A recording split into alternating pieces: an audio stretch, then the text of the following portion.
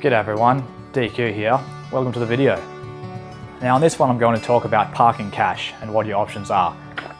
When I talk about parking cash, I'm talking about your cash savings. Depending on what you're saving up for, it might be an emergency fund, it might be a deposit for a house, it might be the cash allocation in an investment portfolio. There are many options available, and depending on what your purpose is, will determine which option is best for you. Okay, so short of stuffing money under the mattress, I'm going to go through 5 options. That being transaction accounts, online saver accounts, term deposits, money market ETFs, and offset accounts. Now, transaction accounts are our everyday banking accounts, or known as a checking account if you're in the US. This is the account that your wages would normally be paid into. It's also where you'd pay most of your bills out of.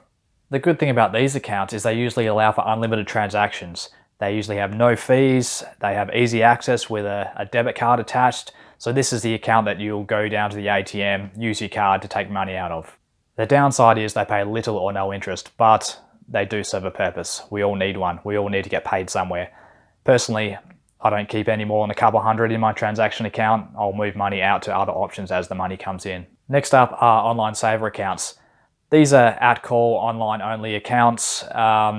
At call meaning that your money is available when you need to get to it, and they're reasonably flexible. Now, depending on which bank you go for, there may be a limit on the amount of transactions you can do.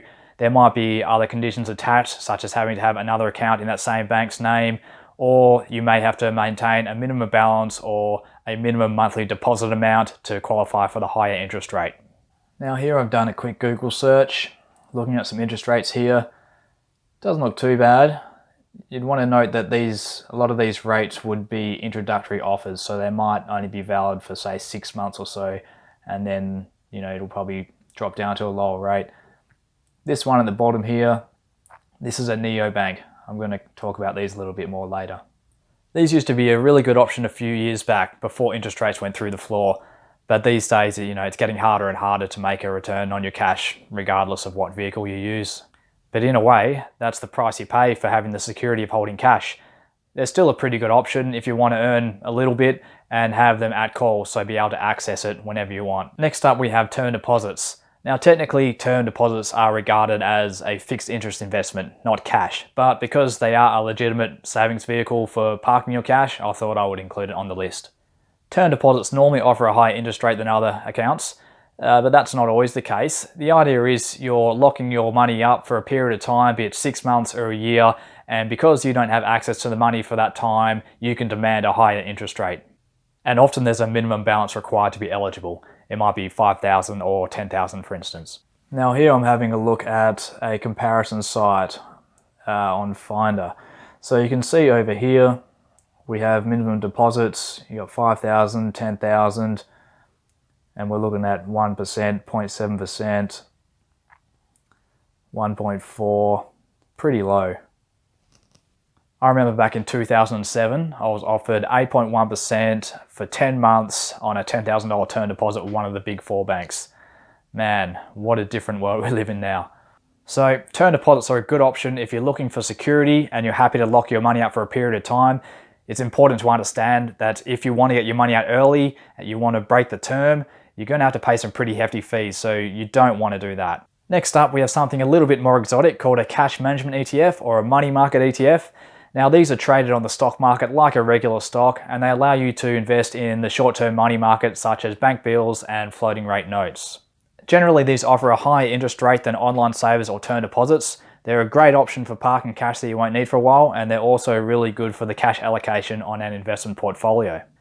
The main drawback, and the reason why they're not suitable for money you might need in the short term, is because they're traded on the stock market like a regular share. It means you're going to have to pay brokerage every time you buy in and out of the investment, and this is going to cut into your earnings. Another drawback is that because they're not a cash investment with a bank as such, they're not covered by the Australian government $250,000 government guarantee on bank deposits, like the options I've mentioned previously. Okay, so next up we have offset accounts, and these things are fantastic. They allow you to offset the interest that you would otherwise be paying on your mortgage. So if you have a mortgage of $300,000 and you also have $50,000 sitting in an offset account, this means that you'll only pay interest on $250,000 rather than the full $300,000, and the difference goes to paying down the principal. So over a 30-year loan term, this can save you an absolute bucket load of money. It can also really speed up the amount of time that you're going to spend paying down your loan. And another thing is, the interest that you've saved is tax-free because you're not actually technically earning interest, you're just reducing your interest expense.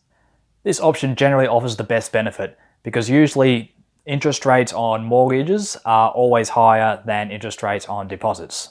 That's how banks make their money after all. And they're very flexible, being fully at call. The main downside is that, well, you have to have a mortgage to have one. I'll also make a quick mention of neobanks. Now these are a relatively new development. They're online only banks that don't have a bricks and mortar branch.